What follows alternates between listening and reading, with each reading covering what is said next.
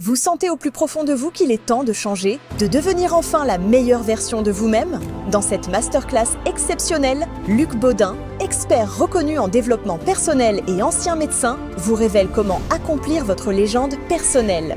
Découvrez les secrets de la force de la pensée, les clés pour élever votre niveau vibratoire et des techniques éprouvées pour transformer votre vie. Pour assister à la masterclass, cliquez sur le lien en haut à droite de l'écran ou en description de cette vidéo. C'est-à-dire qu'on est devenu ce qu'on est devenu grâce aussi à ses blessures. Donc, il faut accepter qui on est. Je reviens. S'accueillir soi-même pour accueillir, être avec l'autre. Et ensuite, quand vous comprenez ce qui s'est passé, bon, ça prend un peu de temps, vous soulagez d'intérieur, en fait. Bienvenue pour cette rencontre que nous vous proposons aujourd'hui. On va parler d'hospitalité, de bienveillance, on va parler également d'accompagnement et on va parler d'expertise en hospitalité d'entreprise, entre autres, et avec cette phrase d'accroche pour commencer l'émission qui consiste à dire « s'accueillir soi-même avant d'accueillir les autres pour se redonner confiance ». Qui dit ça? C'est mon invité Laurent Delporte, installé sur les canapés. Bonjour Laurent. Bonjour Marc. Merci d'être là, je suis ravi que vous soyez là. Alors moi je suis impressionné quand je vois toujours le petit costume parfaitement bien taillé, la chemise blanche, le col qui tombe bien. Est-ce que c'est un reliquat ou enfin voilà l'ancienne vie qui ressurgit ou qui déteint encore aujourd'hui sur la nouvelle activité que vous avez? Oui, c'est mon ancrage dans mon expérience professionnelle, dans l'hôtellerie de luxe. Dans l'hôtellerie de luxe, ouais. Et puis, d'essayer d'être justement dans l'accueil de l'autre. Donc, ça commence aussi par la tenue. Par la tenue. Bon, alors si vous croisez ce visage et que vous travaillez dans un hôtel et que cette personne, en l'occurrence Laurent, descend dans cet hôtel, commencez par lui dire bonjour et lui faites-lui un sourire. Commencez par ça, c'est vrai. C'est pas mal, c'est déjà un bon début. C'est déjà un bon début. Ça permet de transmettre déjà une belle énergie. Ouais. On va parler donc de votre thématique aujourd'hui, c'est l'expertise en hospitalité d'entreprise et également chez les particuliers. Oui. Parce que vous avez décidé de bifurquer. Alors, juste pour expliquer, quand on vous demande aujourd'hui quelle est votre activité professionnelle, qu'est-ce que vous dites? Vous dites pas « je suis un expert en hospitalité d'entreprise ». Je suis consultant et coach sur les questions d'hospitalité. Et j'accompagne les personnes, justement, sur cette notion-là. Et les chefs d'entreprise? Et les chefs d'entreprise, justement, pour les aider à être performants, leur donner des guidelines, des guides, en tout cas, des clés, d'ailleurs, je donne souvent des clés pour, justement, leur ouvrir des nouvelles portes en termes de management. Comment est-ce qu'on en arrive à cette expertise-là? Ça veut dire quoi? Vous avez souffert de ne pas avoir été suffisamment considéré à une certaine époque, ou dans vos activités professionnelles, remarqué qu'il y avait aussi peu d'hospitalité en entreprise? Oui, alors c'est un ensemble d'expériences et de parcours, en fait. Et c'est assez récent où l'un de mes clients m'a demandé de former ses équipes. Et pendant la discussion, il y avait un problème de management qu'il fallait résoudre. Mais en même temps, il me demandait l'hospitalité. L'hospitalité, c'est quoi? C'est l'accueil, c'est la façon de s'habiller, de se préparer, d'être en relation avec l'autre, etc. Et ce problème de management n'était pas lié à l'hospitalité. Et là, j'ai compris que si je ne faisais rien, si je n'abordais pas ce sujet-là, 6 mois après, on leur dit ça n'a rien changé, la personne n'a pas changé. Et en allant dans le problème de management, je me suis aperçu que, en fait, c'est comme ça, des fois on dit il est nul à la réception. En fait, il n'est pas nul à la réception. Parce qu'à la réception, on connaît son métier. Sauf qu'à un moment donné dans la relation, la personne qui est en face provoque une énergie en soi qui n'est pas la bonne. Et c'est là où je me suis dit, en fait, j'ai un boulevard en fait, qui se réunit maintenant après avoir pris plusieurs chemins professionnels, où je me suis dit, je vais accompagner des gens à comprendre qui ils sont, parce que je ne peux pas accueillir l'autre si je ne m'accueille pas moi-même. Si je ne sais pas qui je suis, si je n'ai pas une relation authentique avec moi, et si je suis juste là pour le reproduire, ce que me demande de l'entreprise, et que je ne suis pas aligné avec moi-même, en fait, ça ne marchera pas. Et les gens, au contraire, que vous voyez dans un hôtel avec un super sourire, une relation, etc., qui sont bien avec vous, où ça se passe bien, c'est les gens qui ont bien compris qui ils sont, par quoi ils sont motivés, quelles sont leurs passions, et qui sont bien dans leur peau. Mais en raccourci, certains vont dire que ce n'est qu'une histoire de formation. C'est-à-dire que ces gens ne sont pas à la bonne place, au bon poste, et ils n'ont pas été formés suffisamment Pour moi, la formation, elle est surtout liée au métier, et ça, ils connaissent les techniques du métier. Alors, ils vont faire le job, donc c'est pas non plus toujours une catastrophe. Mais vous allez voir la personne à la réception ou dans d'autres métiers d'accueil, vous allez dire, bon, moyen. Il faut en fait aider les gens à comprendre qui ils sont. Enfin, c'est vieux comme le monde, hein. Connais-toi toi-même, hein. Ça date de Platon. Donc, mais finalement, aujourd'hui, beaucoup de gens ont des pensées limitantes. Et on va dire, mais non, mais moi, je vais pas faire ça. Ah non, je te laisse accueillir le PDG parce que voilà, je sais pas. Mais en fait, pourquoi? Vous n'êtes pas né enfant en disant, toi, plus tard, tu pourras jamais faire ça. Par contre, la vie a fait que vous avez des blessures, que vous avez des pensées limitantes, des moyens de défense que vous êtes, tout ça c'est inconscient, que vous avez mis en place. Et moi, j'arrive à réveiller ça. Et je parle aussi beaucoup d'énergie. En plus, je suis issu d'une famille énergéticienne. Ma mère était magnétiseuse. Et dans les mots, justement, la puissance des mots, alors les mots MOTS, parfois on peut résoudre des mots MAUX. Et c'est dans l'accompagnement verbal aussi qu'on peut accompagner les gens dans la transformation d'eux-mêmes. Parce qu'une fois qu'ils comprennent pourquoi, par exemple, je vais donner un exemple, quelqu'un nous dit « Ah ben moi, je ne sais pas déléguer. » Ah moi, je ne sais pas déléguer. Je suis dans le contrôle permanent. Voilà. Ben, à un moment donné, quand on l'aide à comprendre quelle est la peur qu'elle a et pourquoi elle ne veut pas déléguer, surtout quand parfois, dans un cas que j'ai rencontré récemment, la personne, à un moment donné, inconsciemment, nous explique ce que c'est déléguer et elle nous montre un exemple comme quoi elle a délégué. Je dis, donc vous savez. Donc c'est quoi la peur qu'il y a derrière? Et quand vous avez des blessures très personnelles dans votre enfance, qui vous ont pas forcément permis d'avoir confiance en vous, et que vous n'avez pas confiance en vous, comment voulez-vous avoir confiance aux autres? Et quand vous expliquez à la personne ce mécanisme qui s'est mis en place inconsciemment, ça fait pchit en fait. Et là, la personne se transforme. Et là, elle comprend qu'elle peut déléguer, en fait. Mais ça, c'est pour les personnes qui ne sont pas conscientes de ça. En revanche, les personnes qui sont conscientes de ça, mais qui ne savent pas comment œuvrer pour changer ça. Bah, c'est là que moi, j'essaie d'intervenir maintenant aussi pour les individuels, pour les aider justement à changer. Que signifie être libre pour vous? Si vous aviez à évaluer votre niveau de bien-être sur un curseur de 0 à 10, quelle note vous donneriez? Il existe au fond de chacun de nous un lieu silencieux et lumineux. Et si les réponses à vos questionnements, si la solution aux problèmes qui entravent vos vies se trouvait dans les racines de votre histoire familiale? Alors venez nous rejoindre pour ce week-end magique Corps, âme, esprit. Organisé par ABC Talk les 15 et 16 mars 2025 à Montpellier. Durant cet atelier que je vous proposerai, je vous offrirai des techniques puissantes de maîtrise de l'énergie. Je vous guiderai à travers une expérience magnifique autour de votre respiration. Rejoignez-moi pour une exploration intérieure hors du commun. Vous découvrirez que la véritable guérison intérieure se trouve dans l'harmonisation du corps, de l'âme et de l'esprit. On va s'amuser, on va jouer avec des tas d'exercices à mieux comprendre ce qui se passe dans ce bocal. Nous embarquerons pour un voyage intérieur qui vous permettra de rencontrer votre animal de pouvoir, votre allié spirituel. Inscrivez-vous dès aujourd'hui, vos ancêtres vous attendent et nous aussi. Alors, je vous attends nombreux et nombreux, réservez vos places et je vous dis à très bientôt. Rendez-vous les 15 et 16 mars à Montpellier pour ce nouvel événement ABC Talk. Prenez date dès maintenant. Ce week-end pourrait bien changer votre vision du monde et de vos potentiels cachés. Qu'est-ce que ça révèle chez vous, cette orientation professionnelle que vous avez prise pour en arriver à l'homme que vous êtes aujourd'hui? Quelles ont été les blessures qui ont fait que vous vous êtes dit, il faut quand même que je chemine dans ce sens-là pour aider les auautres? Les blessures, je les ai vécues, je les ai vues aussi. Les burn-out, ça c'est quand même un phénomène Alors, est-ce que ça a toujours existé? Probablement. Moi, je pense que c'est une alarme personnelle qui vous dit attention, là, ça va plus.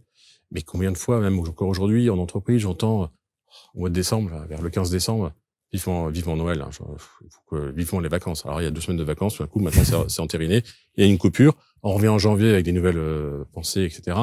Et on se retrouve 25 juin, début juillet. Vivement cet été. Vivement cet été, vivement les vacances, j'en peux plus, quoi. Ouais. Et dans quel monde on vit, quoi? C'est quand on est aligné avec son métier, avec son travail, avec sa passion, et qu'on est en phase, en fait, ça coule de source. Et ça veut dire que tous les gens qui tiennent ce discours-là sont des gens qui ne sont pas à leur place ou qui ne devraient pas... Probablement que bien un grand nombre de ces personnes-là n'ont pas pris le temps de réfléchir de là où ils en sont aujourd'hui. Et des fois aussi, c'est la vie, et c'est aussi par ces passages que je suis passé par là aussi, une sorte de courant. Et puis, on suit le courant. Et puis, vous rentrez dans l'entreprise, et puis on vous met à tel poste, et puis un autre, et puis, vous prenez, et puis, en même temps, c'est une évolution, et puis vous avez 40, 45 ans, et puis des fois, c'est là que vous craquez, quoi. Parce que vous n'êtes jamais posé la question de vraiment ce que vous voulez faire. Et on n'a jamais vu autant de gens. On parle souvent de la crise du Covid. En fait, c'est pas vraiment c'est l'origine, le Covid, mais c'est pas la crise du Covid. C'est le fait que quand les gens et notamment dans l'hôtellerie et dans d'autres métiers, qui se sont retrouvés pendant 3 mois ou 6 mois en arrêt professionnel à la maison, bah là, vous commencez en fait à vivre autrement. Vous commencez à réfléchir. Vous avez du temps.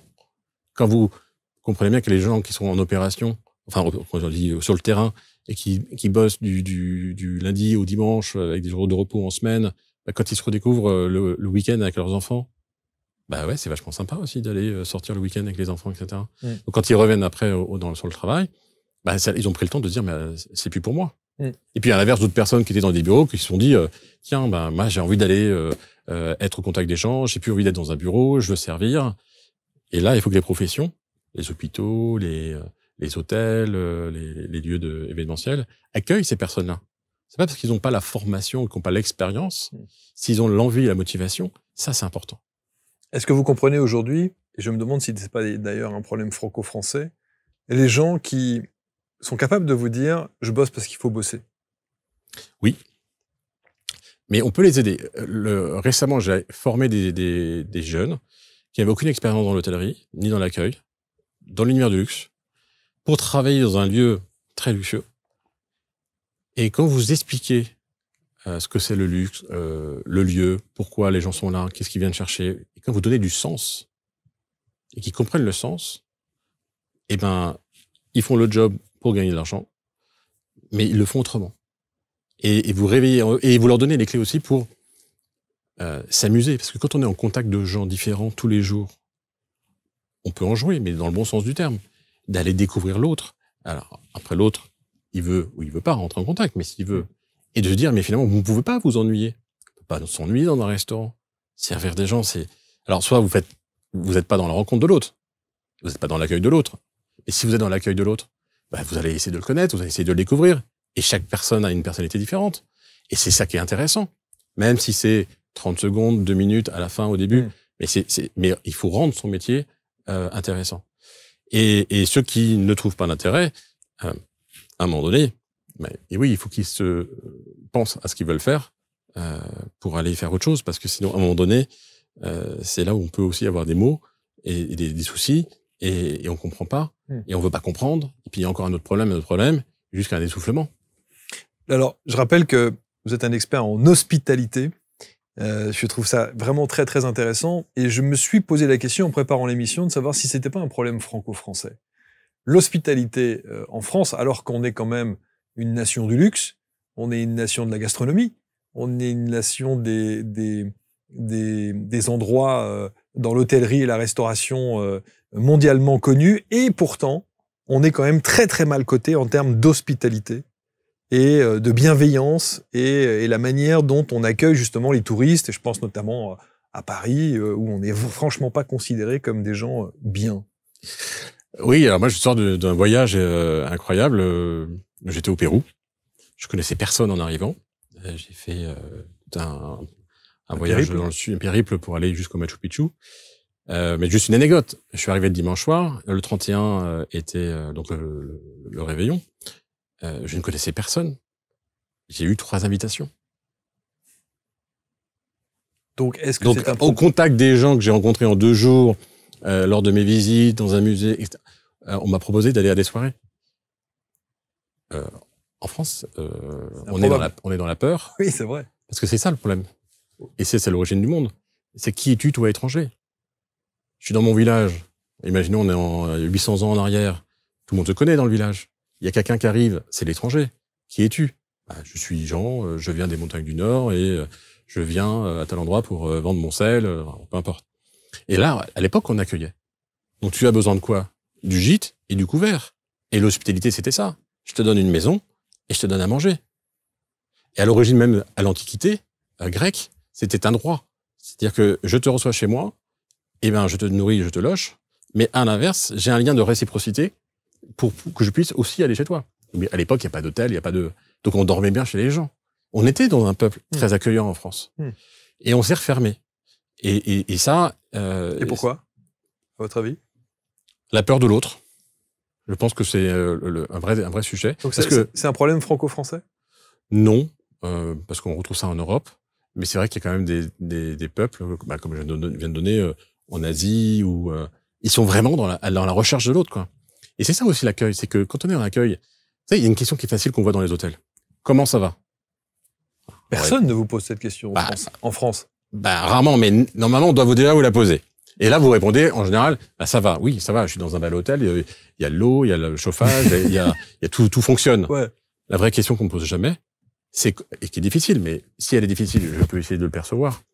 Comment vous vous sentez? Et c'est ça c'est ça le centre de l'intérêt, la recherche de l'autre. Comment vous vous sentez? Parce qu'on peut être dans le plus bel endroit, on peut être dans le plus beau palace du monde, et se sentir très mal. Parce qu'on est loin de sa famille, parce qu'on a des soucis, etc. Et qu'est-ce que je peux faire, moi, à ce moment-là, vis-à-vis de vous, dans l'instant qui m'est donné? Ça peut être juste 5 minutes parce que je suis bagagiste et je vais prendre vos bagages, vous l'amener à la chambre. Mais qu'est-ce que je peux faire? Qu'est-ce que je peux vous donner pour, même ce moment-là, de vous le rendre sympathique, agréable et de vous transmettre quelque chose en disant « je m'intéresse à vous ». Et ça, c'est de l'énergie. Et c'est de l'énergétique aussi. C'est de l'énergie, c'est-à-dire qu'on dégage une énergie. Et quand ça commence mal, vous transmettez quelque chose de négatif et c'est pas bon. Et quand vous êtes dans un bel échange et que vous êtes vraiment dans cet état d'esprit d'aller vers l'autre, ça se ressent. Et c'est juste ça, en fait. C'est que je ressens qu'il y a un truc chez vous qui est vachement agréable et que même si je vous vois que 30 secondes, c'était sympa. Quand j'accompagne les gens dans les aéroports, je dis, vous savez, vous allez rencontrer des gens, ça va durer 20 secondes, 30, 1 minute. Mais en 1 minute. Et donc, ça veut dire que quand on arrive dans son travail, il faut se mettre en position. Il faut à un moment donné se dire, OK, je me mets dans une énergie, je me mets dans un état d'être. Tu sais, tout le monde dit, j'aime bien, mais son énergie, elle est sympa, il est agréable. Je manque d'énergie. Mais vous la mettez où, votre énergie? Mais à un moment donné, il faut bien la travailler, votre énergie. Donc, il faut se plonger dans la relation avec l'autre. Parfois, c'est simple, c'est compliqué. Je donne souvent cet exemple. Oui, ce matin, vous êtes fâché avec votre conjoint, votre conjointe, vous êtes énervé, vous avez toute la journée. Ce soir, de toute façon, je vais lui dire ces 4 vérités, ça suffit, je vais plus me laisser faire. Vous y pensez, là, vous y pensez. Mais qu'est-ce qui se passe ce soir?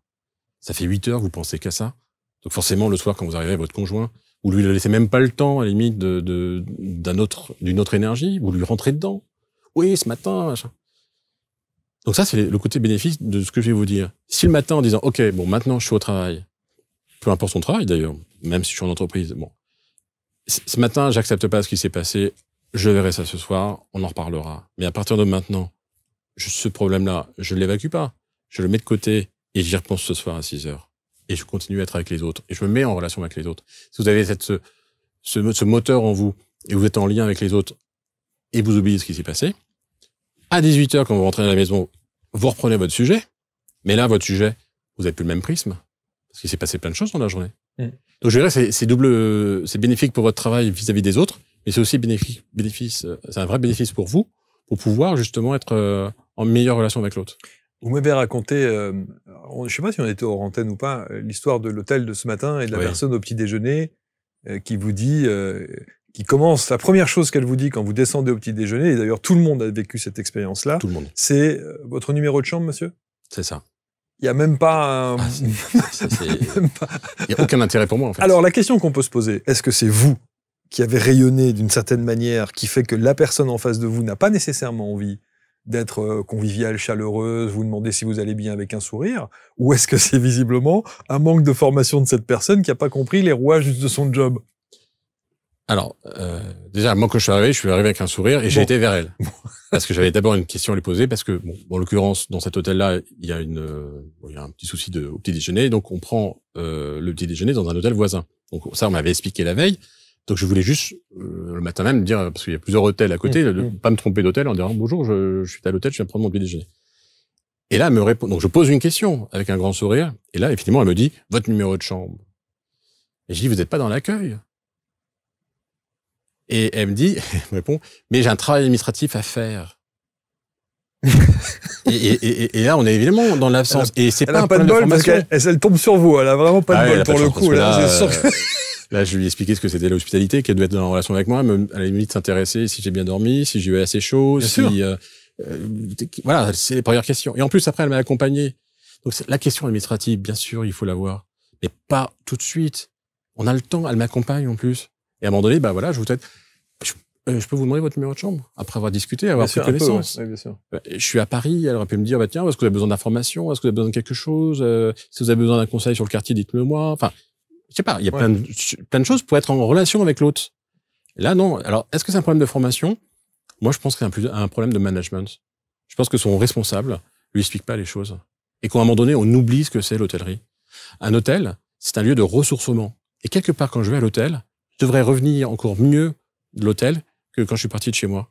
Et donc, je suis là pour me ressourcer. Et pour être ressourcé, il faut avoir un confort de lit. Alors, c'est vrai qu'au début, moi, je travaillais aussi dans l'hôtellerie. J'accompagne les architectes sur la définition du lieu pour créer des chambres, créer l'hôtel, etc.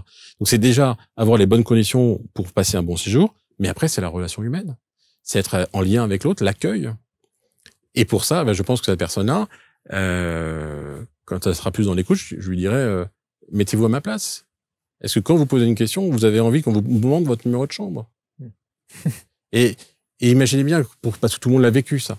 Si on arrive dès le matin avec un sourire en disant « Comment s'est passée votre nuit? Est-ce que vous avez passé une bonne soirée hier soir? Vous avez pu visiter un petit peu le quartier? Vous avez fait quelque... » Et puis vous avez un sourire et que vous avez les bras ouverts et vous m'envoyez l'énergie qui est positive. J'ai pas besoin d'une énergie administrative le matin en me levant en disant « Votre numéro de chambre. » Donc là, je pense qu'il y a un vrai sujet aussi sur la notion d'énergie. Qui est pas très, je dirais, populaire dans les métiers d'accueil. On parle pas d'énergie, mais à un moment donné, c'est quand même un état d'être. Et donc moi, je suis là aussi pour accompagner les équipes à gérer leur mal-être, mais pas juste le cacher. C'est là où on se rend bien compte quand même qu'il y a là vous avez du travail pour le coup, parce que il y a du boulot. Il y a du boulot. En France et à l'étranger. Ouais, en France et à l'étranger. Il y a certains pays anglo-saxons, je pense notamment à nos cousins canadiens. Il n'y a pas nécessairement cette notion-là. Non. Ils sont vraiment, pour le coup, dans l'accueil. L'accueil, c'est la curiosité d'être avec l'autre. Même si c'est faux, ou si c'est joué, ou même si, peu importe. Mais quand vous rentrez dans une supérette pour acheter un truc, on me demande, comment vas-tu? Ouais. C'est incroyable. Et ouais, mais c'est vraiment une recherche. Puis, en plus, quand on est étranger, moi, j'ai vu au Pérou, c'était la curiosité, quoi. Donc, les gens avaient envie de discuter, d'échanger. Bien sûr, bien sûr. Et c'est un peu triste, parce que du coup, j'ai discuté récemment avec un étudiant colombien, et je lui pose la même question que je pose à chaque fois que je rencontre un étudiant étranger. Je dis, mais tu arrives à t'intégrer en France? Tu arrives à rencontrer des Français? Non. Et ça, je posais comme moi-même, que j'étais déjà étudiant. Moi, j'étais très, très vite baigné. J'ai participé au Parlement européen des jeunes. J'en étais président pendant plusieurs années. J'étais tout de suite à 16 ans baigné dans un côté international. Donc, j'adore ça, en fait, la rencontre de l'autre, la richesse culturelle des uns et des autres. En France, on a peur des autres. Et on voit bien les Français qui vont voyager des fois à l'étranger se retrouvent entre eux. Mais alors ça, pour le coup, c'est un phénomène des 5-10 dernières années, ou parce que moi, je suis pas d'une génération où je me souviens d'avoir eu autant de frilosité, de peur ou de réticence. Je pense que les enjeux de la société en ce moment sont quand même assez un peu responsables de cette situation, lourd, hein. Un peu lourd. Les gens vivent un peu dans la peur. On a beaucoup de choses, on nous parle de beaucoup de choses qui sont négatives, qui n'apportent pas, qui ne vont pas contribuer à enrichir votre énergie interne dans de la positivité. Et c'est ça qui est dommageable, en fait. Mais encore une fois, si on arrive à s'accueillir et qu'on va à l'intérieur de soi pour comprendre ses réactions et aller comprendre qui on est, c'est là où vous réveillez la personne. Et ça, je trouve ça assez fabuleux quand on voit des gens qui, tout d'un coup, comprennent pourquoi ils sont tristes, pourquoi ils sont en colère, pourquoi ils sont inquiets sur tel sujet, pourquoi ils se sentent incapables de faire ça. Récemment, j'avais une personne que je trouvais admirative, elle a plus de 55 ans, elle a travaillé dans les HLM, dans l'administration, donc c'est quand même un truc très procédé, etc. Et pendant des années, elle se sentait pas capable de créer une entreprise, elle avait un projet et elle avait une envie, et aujourd'hui, elle le met en place. Et elle est demandeur de conseils, etc. Donc oui, à n'importe quel âge, on peut évoluer. On parlait évidemment de l'entreprise, du management. On a de temps en temps abordé dans les émissions que l'on propose ici, évidemment, la difficulté du management à la française, où on sent que parfois c'est un peu compliqué. Chez les particuliers, parce que vous accompagnez aussi aujourd'hui des particuliers, qui sont ces gens qui font appel à vous alors pour le coup? En fait, dans le monde de l'entreprise, je fais des conférences, je parle de ces sujets-là, je fais des formations, et du coup, des fois après, les gens reviennent me voir. Alors, ce sont des formations pour apprendre l'hospitalité? Oui. Mais avec le prisme, je ne peux pas accueillir l'autre si je ne m'accueille pas moi-même. Donc le travail commence par soi avant de... Voilà. D'accord. On peut apprendre à quelqu'un à dire il faut faire un sourire, tu dis bonjour madame, tu dis bonjour monsieur, bonjour jeune homme, jeune fille. On peut apprendre ces vocabulaires-là qui sont d'ailleurs souvent marketés par telle et telle marque d'entreprise qu'il faut dire bonjour comme ci, comme ça. Mais ça, à la limite, vous avez un papier, vous l'apprenez par cœur et vous le faites. Mais on peut pas obliger quelqu'un à sourire. Par contre, vous pouvez l'accompagner, vous dire pourquoi tu ne souris pas. Un jour, j'avais quelqu'un, par exemple, qui était taiseux. Il parlait pas. Et l'entreprise a dit, on va pas le garder, il transmet rien, il exprime rien. Et en discutant avec lui, en fait, j'ai découvert que ça venait, des fois aussi une partie de psychogénéalogie, son père était taiseux. Donc il est d'une génération où on parle pas à table, on peut critiquer, c'est comme ça. Et quand il a compris que l'entreprise l'attendait, finalement, il dit, mais vous savez, vous parlez jamais, il faut juste transmettre. Mais ça, je peux le faire. Oui, mais vous le faites pas. Donc, et pourquoi vous êtes taiseux, pourquoi vous êtes toujours enfermé dans vous-même? Et ben, quand il a compris que c'était lié à son père et son grand-père, est-ce que vous pensez que vous êtes né taiseux? Il y a un truc là dans votre cœur qui fait vous êtes taiseux aussi? Ou vous avez pris un modèle? C'est normal. Bon, c'est humain. Vous étiez enfant, vous avez suivi un modèle. Bon. Mais maintenant, c'est pas à vie, quoi. Ah ben, il a complètement changé. Il existe, effectivement, il y a une catégorie, je crois que c'était, je sais plus le nom, mais il y a Michel Sardou, à qui on reprochait tout le temps sur les pochettes de ses disques, qui faisait tout le temps la gueule, et qui souriait jamais. Et ça portait un nom, ça, j'ai oublié ce nom. Et donc, il y a des gens, effectivement, qui sont nés comme ça, et qui ont grandi comme ça, avec un faciès qui laisse, mais alors, de marbre.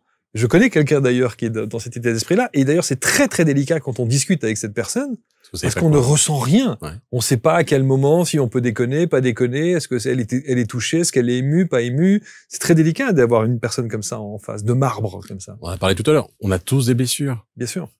Qui viennent de papa, maman, grand-père, grand-mère, les personnes qui vous ont élevé s'il n'y avait pas de parents, votre frère et sœur, votre fratrie, mais il faut les comprendre. Et quand on va, mais après il faut vouloir. Vous ne pouvez pas forcer quelqu'un qui n'a pas envie de boire à l'intérieur de lui.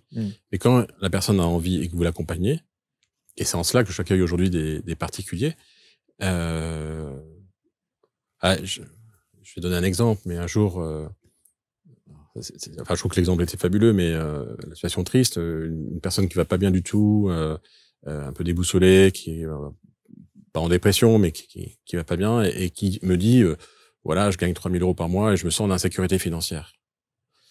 Et je dis quand même 3 000 €. Ça fait partie de la fourchette haute. Voilà. Donc si vous perdez votre emploi, il y a encore le chômage. Enfin, vous n'êtes pas à la rue, quoi.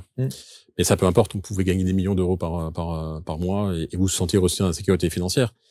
Et en discutant avec elle, je me suis intéressé à ses parents et à ses grands-parents. Et après, j'étais voir plus loin à ses grands-parents. Et à un moment donné, elle me dit, ben mes grands-parents. Ils se sentent ils sont en insécurité financière, ils ont plein d'argent, mais ils n'en dépensent pas. Je dis, pardon? Vous me refaites la phrase? Et là, elle comprend. Vous me dites la même chose sur vous, mais en fait, vous répétez votre histoire. Et là, quand vous l'aidez, en fait, à comprendre qu'elle est en train de répéter inconsciemment, tout ce que je dis, évidemment, ça serait facile. L'histoire de sa famille, parce que son père, c'était la même chose, en partie.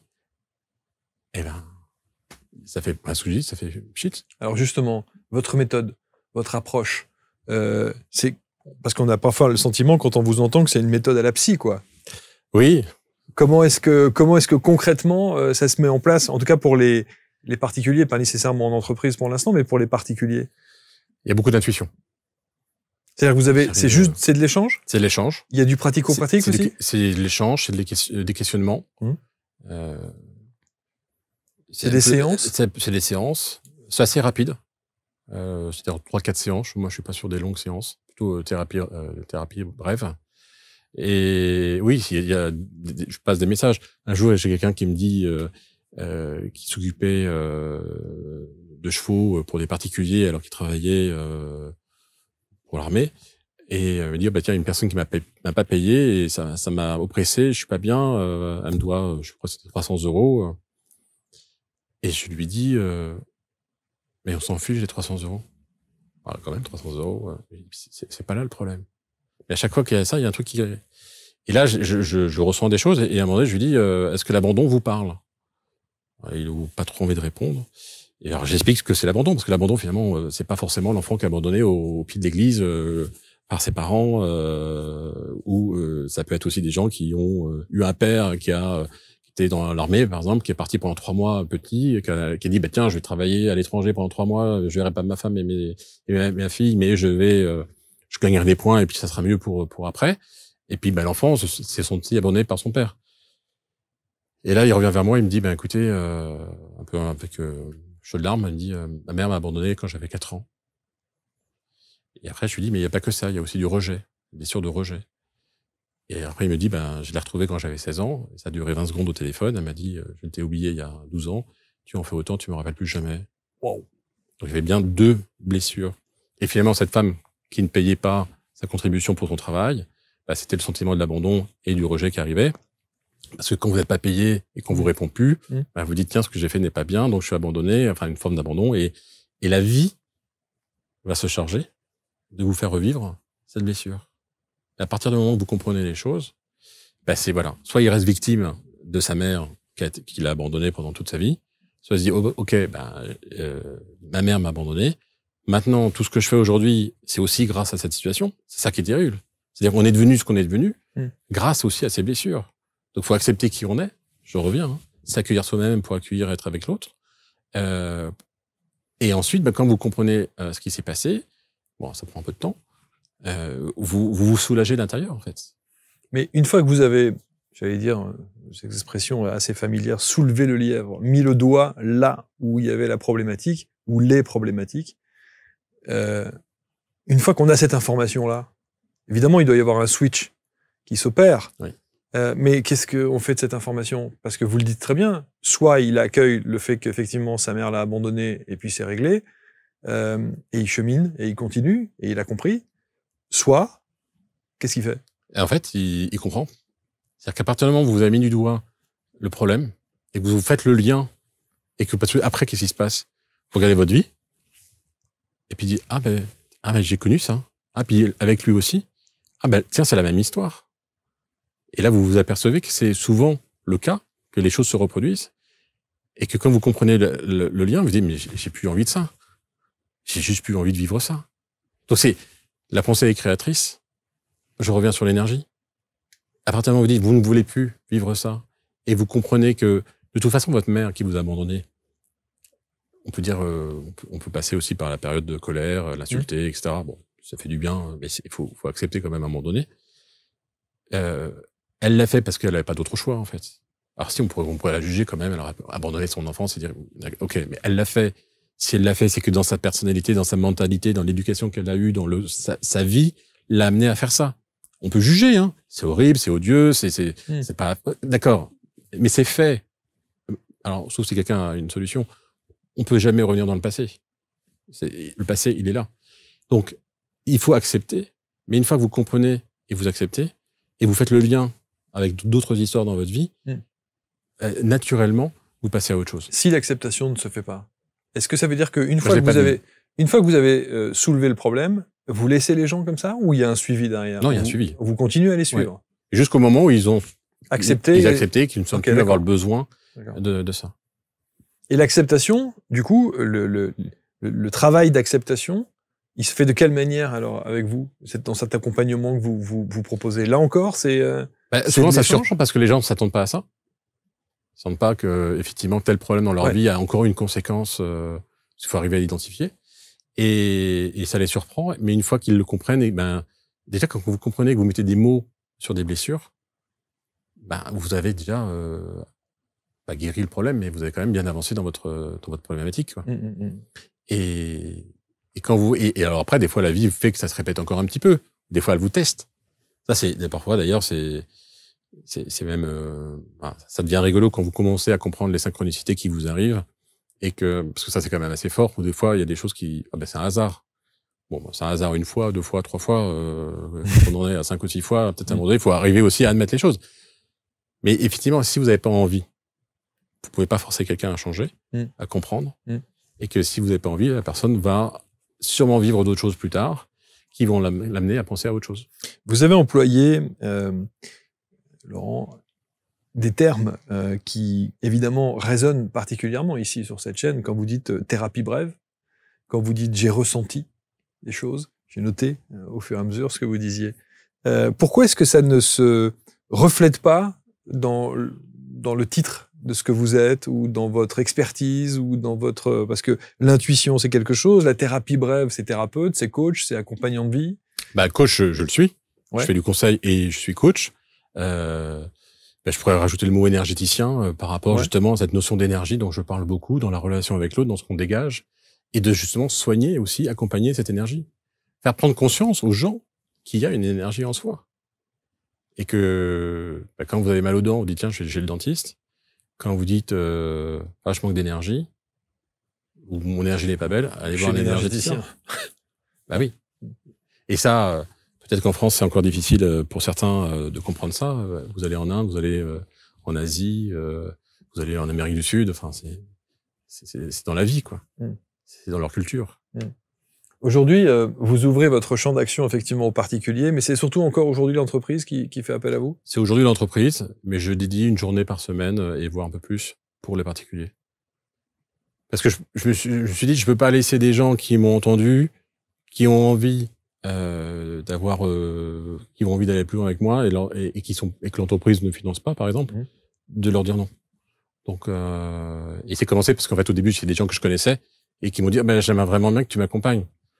Et je trouve ça aussi agréable et motivant de le faire. Donc, il y avait, alors, ça portait un nom, ça, quand dans une entreprise, quand on fait appel à pas un coach, mais quand on fait appel, c'est pas un conciliateur, c'est un médiateur. Un médiateur.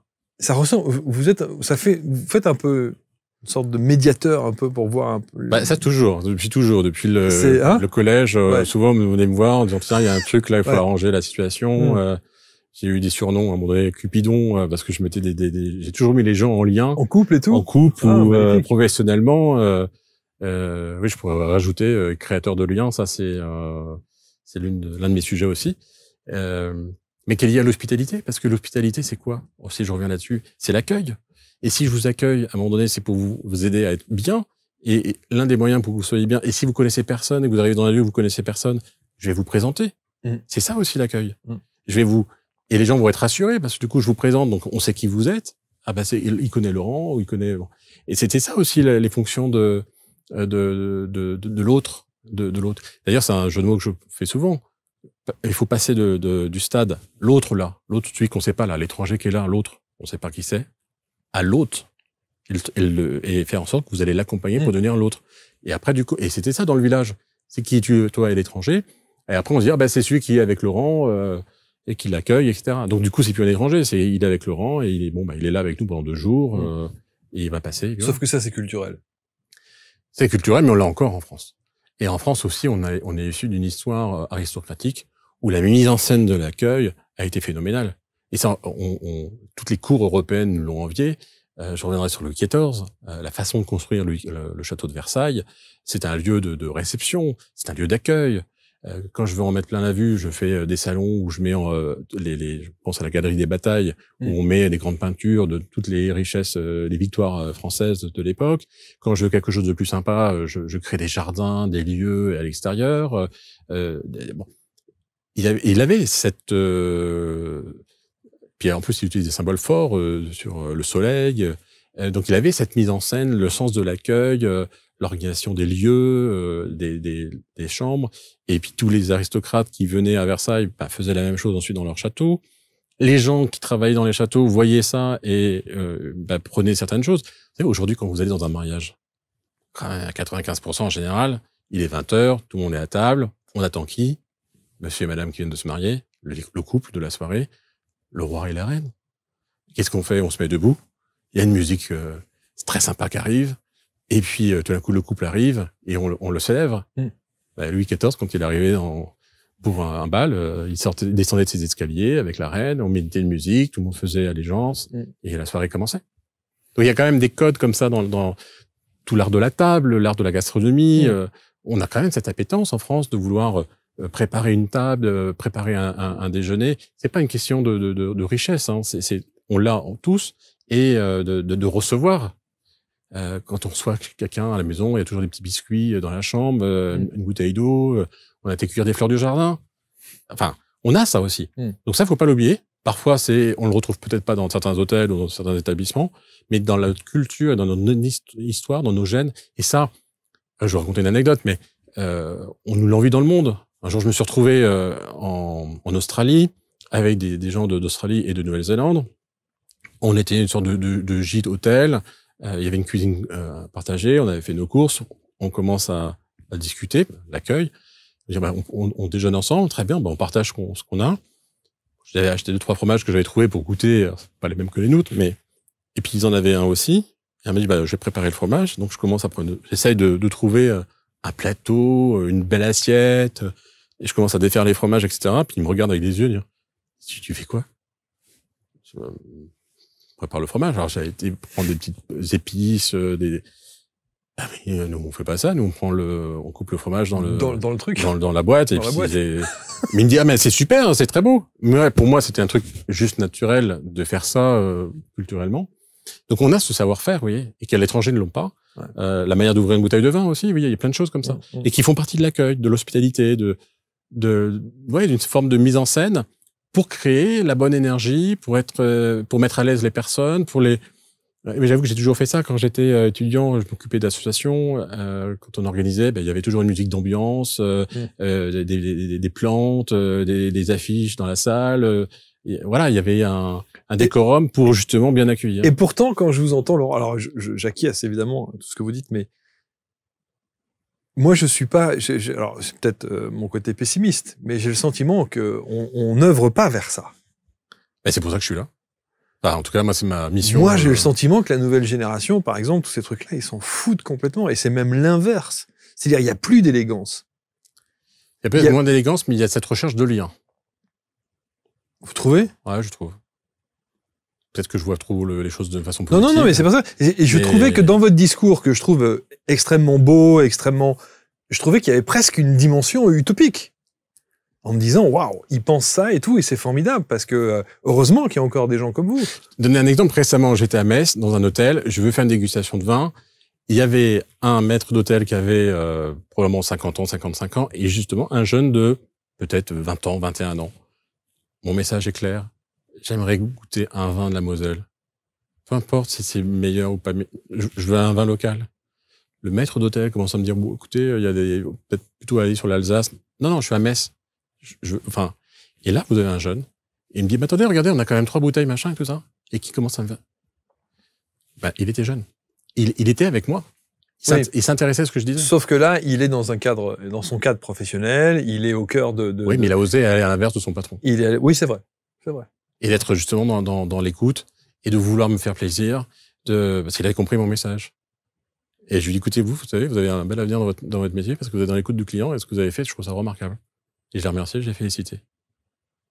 Alors ça, c'est dans le cadre de l'entreprise. Mais effectivement, chez les particuliers... Non, mais c'est un exemple. Non, mais vous avez raison. Non, mais vous avez raison. Mais qui me rend optimiste vis-à-vis de la jeunesse. Et vous avez et que cette jeunesse vous entende. Voilà. Mais j'ai fait une conférence aussi. Ça, c'était très très émouvant. Je fais partie des fondateurs du Parlement européen des jeunes en France. Et l'an dernier, à Angers, il y avait la 50e session nationale. Moi, j'ai participé à la première.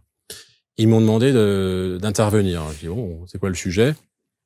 Parler de l'Europe, de personnes qui peuvent le faire mieux que moi. Et à un moment donné, je me suis dit, tiens, c'est intéressant, je vais leur parler de ce que j'aurais aimé que moi, qu'on me dise, quand j'avais 18 ans, d'un homme de 50 ans. Parler de la vie. Et je suis arrivé avec je me demande si je l'ai même pas là, avec une bobine de fil, avec un fil. Et vous savez ce que c'est, ça? Alors, ils m'ont dit, c'est de la laine. Non, c'est pas de la laine. Et j'ai appelé la présidente, et j'ai dit, prends le fil et tu le fais passer. J'ai dit, vous voyez, là, c'est un lien. C'est un lien parce que moi, j'étais le premier président, le deuxième président de l'association française du Parlement européen des jeunes en France. Elle est, je sais plus si elle est la 9e, 10e, 12e, donc on est liés. Et j'ai dit, vous savez, maintenant, on va vous la passer parce qu'on est liés. C'est-à-dire que vous pouvez venir me voir dans 10 ans, dans 5 ans, en disant, j'étais à votre conférence à Angers. Il y a un lien. Et ce qui m'a frappé à cette conférence, parce qu'il y a eu beaucoup d'échanges, je leur ai parlé aussi de sujets comme, on dit, j'ai changé. On change très peu dans la vie. On évolue, par contre. Mais il faut mettre le mot. On dit, j'ai changé. Il y a des gens qui me disent ah, j'ai changé. Avant, tu faisais quoi avant? Bah, avant, je travaillais à la banque pour les personnels. Maintenant, je suis pour les entreprises. C'est une évolution. C'est pas un changement. C'est pas un changement. Les mots ont un sens. Voilà. Ouais, donc leur donner des sens comme ça, et puis leur redonner le rêve. Et c'est vrai, ce qui m'a très surpris, il y a eu beaucoup de jeunes qui sont venus me voir après en me disant merci, ça fait longtemps qu'on nous a pas parlé comme ça. Et sur la notion de rêve, enfin, quand on est jeune, on a envie, enfin, normalement, on a envie de faire des choses. Mais je crois qu'il faut juste le rallumer de temps en temps. Et c'est aussi notre rôle. Et j'invite toujours les chefs d'entreprise à aller voir des jeunes, d'aller leur dire qu'ils peuvent créer, qu'ils peuvent entreprendre. Et ça, en France, il y a quand même beaucoup d'entrepreneurs. C'est quand même quelque chose qu'on a. Mais il y a aussi des gens qui freinent. Non, tu vas pas faire ça quand même. Non, mais, enfin, non, il vaut mieux que tu cherches, mon fils, il vaut mieux que tu ailles chercher un travail. Non, il faut encourager la jeunesse à aller dans ce sens-là. Alors c'est peut-être pour ça que j'ai un discours très positif vis-à-vis des jeunes, parce que pour moi, les jeunes, il faut les accompagner, et c'est ce que j'ai envie de faire aujourd'hui, quoi. Je me vois pas médiateur, mais un lien entre la génération au-dessus et en dessous. Bon, en tout cas, il y a du travail. Et le champ est quand même assez vaste. C'est vrai qu'en entreprise aussi, on parle très très souvent, et on a déjà fait, notamment, il y avait on a fait une émission qui s'appelait un ciné-débat sur l'entreprise, et c'était pour mesurer la dimension spirituelle qu'il peut y avoir au sein même d'une entreprise. Tous ces chefs d'entreprise qui ont compris que le bien-être de leurs salariés passait par différentes infrastructures au sein de l'entreprise pour leur permettre d'avoir des sas de respiration, des SAP, etc. Bon. Est-ce que ça aussi, on a souvent dit qu'on avait un problème de management en France, et que voilà, on n'a pas ce culte à l'anglo-saxonne parfois qui consiste à dire que si tu as une bonne idée, je te soutiens, je t'aide et je vais faire en sorte que tu viennes dans mon équipe. En France, c'est l'inverse. Si tu as une bonne idée, c'est aïe, tu peux être un concurrent potentiel, donc je vais tout faire pour te savonner la planche. Oui. C'est un peu ça. Diviser pour mieux régner. Oui, c'est un peu ça. Terrible. Ouais. Si on parle de l'hôtellerie, il y a le directeur, il y a les adjoints, il y a le chef, le sous-chef, le chef de brigade aussi, hein. Un vocabulaire militaire, une organisation. Ça remonte à loin, hein. Quand j'étais il y a plus de 20 ans, directeur hébergement, j'ai osé dire, vous soyez apprenti, réceptionniste, chef de brigade, vous venez me voir dans mon bureau quand vous voulez. J'ai décloisonné ça. Mais les gens, ils devaient adorer bosser avec vous, alors. Certains, oui, les plus anciens, non. Parce que quand vous dites, tiens, je comprends pas, les jeunes de 20 ans, ils restent pas plus de 6 mois dans mon entreprise, que vous arrivez en poste, et après vous regardez ça, on remonte à ça, c'est en 2005. Mais c'est encore le cas aujourd'hui. Et que vous voyez que, en fait, tous les anciens prennent tous leurs week-ends et que les jeunes travaillent tous les week-ends. Ah oui, dans l'hôtellerie, on travaille le week-end, on travaille les jours de fête, on travaille à Noël. On est à l'inverse du reste. Vous le savez quand vous rentrez. Bien sûr. Mais on peut faire en sorte que, dans l'organisation, vous ayez un week-end. Mais je me souviendrai toute ma vie de ce jeune, je sais plus comment il s'appelle, un vendredi midi, 14h, je sors de mon bureau, je le vois précipiter, à partir avec rapidité de la réception, et je l'aborde, je fais ah ouais, il va être content de partir. Et il me dit oui, je pars en week-end, c'est mon premier week-end. Et ce jeune-là, il est resté 2 ans après dans l'entreprise. Donc oui, à un moment donné, il y a un management qui n'est pas à l'écoute des autres, qui soit prend la bonne idée pour soi, soit ne donne pas les informations qu'il faut. Et ça, aujourd'hui, la nouvelle génération ne veut pas de ça. Et elle décloisonne ça. Et mais non, mais ça aussi, les mots qu'on entend souvent, on fait ça comme ça, on fait ça depuis toujours. Alors moi, j'étais pas à l'hôtellerie à la base. C'est ça aussi ma vie. J'ai fait du droit, Sciences Éco, je suis passé par HEC, une école de commerce. J'arrive ensuite dans l'hôtellerie. Je connais l'hôtellerie en tant que client, en tant qu'observateur, mais pas en interne. J'ai pas fait l'école hôtelière. Donc j'ai toujours, alors par contre, j'ai été sur le terrain. Et ça, c'était une règle dans l'entreprise. On m'a dit, tu commences chez nous, tu vas dans le terrain. Donc j'ai été accompagné, j'ai fait femme de chambre, j'ai été barman, réceptionniste, en cuisine. La première fois, vous vous retrouvez avec un chef et une équipe, pas simple. Non, c'est sûr. Et que vous devez préparer un dessert qui est vendu à 20 € en salle. C'est pas comme à la maison avec les copains. Bon, mais vous découvrez le métier. Mais après, j'ai toujours eu cet œil extérieur. Et en fait, je l'ai toujours gardé aujourd'hui en tant que consultant, de rester ouvert, de rester curieux, de voir qu'il y a d'autres possibilités. Et finalement, le côté traditionnel, il y a un poids. Alors, c'est du bon. Quand on a des belles choses et qu'on se transmet de génération en génération, il y a un savoir-faire qui est beau. Mais il faut aussi s'ouvrir. Et aujourd'hui, la nouvelle génération, elle va tatillonner les responsables. Et ça, c'est en train de changer, je pense. Mais effectivement, aujourd'hui, diviser pour mieux régner n'a plus aucun sens. Moi, ça, j'avais fait je suis moi-même reparti, parce que il faut se former. Je suis retourné aussi à HEC 2 ans de suite sur des formations sur le leadership et le management en entreprise. Ça, je l'enseigne aussi à mon tour dans mes accompagnements pour les entreprises et les dirigeants. J'accompagne aussi les HEC, diplômés d'HEC en tant que coach. Il faut arriver à amener le sujet finement, parce que quand vous avez été habitué à agir de la sorte depuis, et puis vous avez connu ça, c'est toujours aussi un peu le syndrome de Stockholm ou de répétition. Vous avez été battu, vous vous battez, enfin c'est terrible. On le voit aussi des fois dans les chefs de cuisine qui ont été quand vous arrivez dans ces métiers très jeunes et que vous êtes maltraité et vous pensez que c'est une vérité, que il y en a qui font pareil. Un manager des fois pense que s'il n'a pas connu un manager qui lui a ouvert les horizons, etc. Moi, j'ai eu la chance un jour d'avoir un directeur anglo-saxon. Moi, il m'avait pris à l'époque, et j'avais eu un autre directeur français qui m'avait dit écoute, je vous apprécie, vous faites un bon boulot, mais moi, j'avoue, je ne pourrais pas vous prendre. Parce qu'on m'avait pris comme numéro 2 d'un hôtel de 620 chambres, et sans 10 ans d'expérience. Et ça avait surpris. Et l'anglo-saxon m'avait dit, justement, vous allez changer les choses. Oui. Donc oui, et c'est ça qui est intéressant. Et c'est ce que j'aime faire quand j'accompagne aussi des dirigeants en coaching, de les questionner, en tout cas, sur leurs conséquences et tout ce qu'ils voient. Parce que, in fine, c'est quand même eux qui voient ce qu'il y a à faire sur le terrain. Mais en tout cas, les faire réfléchir sur cette notion de, oui, quand il y a une bonne idée, il faut la partager. Et puis, un manager, en fait, il est là pour faire grandir ses équipes. Parce que normalement, la suite des choses, c'est que lui, il va manager ailleurs après, où il va évoluer. Donc, le but, c'est moi, j'ai toujours fait aussi, quand j'étais sur le terrain, fait évoluer mes équipes. Et tant mieux si on me prend ma place. Parce que du coup, j'irai aussi ailleurs. Et je prendrai la place de quelqu'un d'autre, mais dans le bon sens du terme. Parce que je vais évoluer. Et c'est ça le sens de la vie, en fait. C'est d'évoluer. Et de faire grandir les autres. C'est une belle philosophie de vie. Ouais, mais c'est... tout le monde n'a pas cette philosophie de vie-là. Il faut les inscrire dans les contrats de travail et d'emploi. C'est vrai qu'il n'y a pas ça. Moi, j'avais des objectifs, et vous savez... Devrait y avoir des clauses comme ça dans les contrats. J'étais à l'époque dans un système où moi, j'avais une prime sur la réussite de l'entreprise. Moi, je convoquais mes collaborateurs tous les mois en disant, tu as vu, on s'est vu en janvier, tu as des objectifs. T'en es où dans tes objectifs? T'as fait les réunions de communication que je t'ai demandé? Ah pas encore. Tu vas les faire quand? Quelque part, si on veut être financier, réussis bien ton travail, comme ça je vais aussi bénéficier de la réussite de tout le monde. Donc le rôle du manager, c'est de bien faire grandir son équipe.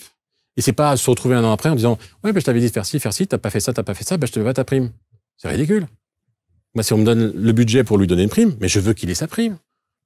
Mais sa prime pas parce qu'il aura fait ce que j'aurais demandé pour être en lien avec les autres, pour faire son travail et réussir ses missions. Alors, c'est ma vision du management, en tout cas. En tout cas, faites preuve d'hospitalité, et si vous avez quelques notions qui vous manquent, c'est quelques lacunes, faites appel à Laurent, parce que effectivement, il y a Alors, vous avez parlé de thérapie brève, parce qu'on peut faire ça en quelques séances. Faire du transgénérationnel, parce que parfois, il y a de l'engrammage cellulaire, comme on dit, qui fait que peut-être qu'on traîne certaines choses dont on n'est pas nécessairement conscient. Oui, il y a un autre sujet aussi que j'accompagne, parce que c'est un sujet qui m'a beaucoup plu et touché de près, c'est les hauts potentiels intellectuels. Ça, c'est aussi une autre notion. Vous avez 40 ans, vous avez des enfants, ils sont détectés HPI, et puis vous apercevez que vous aussi. Et en général, pendant des années, vous êtes senti différent, vous n'êtes pas compris, vous comprenez pas, et tout d'un coup, on vous donne les clés, justement, encore à nouveau. Et là, récemment, en formation, j'ai détecté, après il faut qu'il fasse les tests, mais il avait vraiment tous les critères du haut potentiel, et il comprenait, et ça marchait pas avec ses équipes. Mais quand on lui donne les billes, les clés, les informations, j'ai eu son responsable des ressources humaines au téléphone il n'y a pas longtemps, il m'a dit, on le reconnaît plus. Parce qu'il a compris qui il était. S'accueillir soi-même. Et comprendre son fonctionnement. Et quand on a une intelligence qui est pas supérieure, alors ça, c'est souvent, on dit, les HPI, non, les HPI, c'est une autre intelligence différente des autres. Oui. Et qui a des particularités. Et quand on comprend son fonctionnement, mais c'est là qu'on est pleinement avec les autres. Donc c'est tout ça, l'hospitalité. C'est vraiment être en lien avec les autres et avec soi-même, être aligné, avoir une relation authentique, de vérité avec soi, pas jouer un rôle, parce que c'est ce que j'appelle des fois les vendeurs de voitures, qui veulent vous vendre pour vendre parce que l'entreprise vous demande de vendre, mais ça, vous n'êtes pas aligné avec ça, donc vous n'avez pas envie d'acheter parce que vous voyez, ça marche pas. Donc avoir sa vérité, être vraiment avec soi-même, et c'est là où on réussit à s'épanouir, je pense, dans cette vie-là. Expert en hospitalité chez les particuliers, chez les entreprises, chez les managers, pour s'accueillir soi-même avant d'accueillir les autres, et puis se redonner confiance. Merci beaucoup, Laurent. Merci, Marc, et merci à tous. C'était passionnant. C'était passionnant, et sans doute avec une prise de conscience aussi. Même si vous ne faites pas appel tout de suite à Laurent, peut-être la prise de conscience d'avoir écouté cette émission et de se dire que sans suivre un coaching ou un accompagnement, il y a peut-être des petites choses à mettre en place dans notre vie qui peuvent sans doute permettre d'être dans cette énergie, bonne énergie de l'hospitalité. Ça, c'est clair.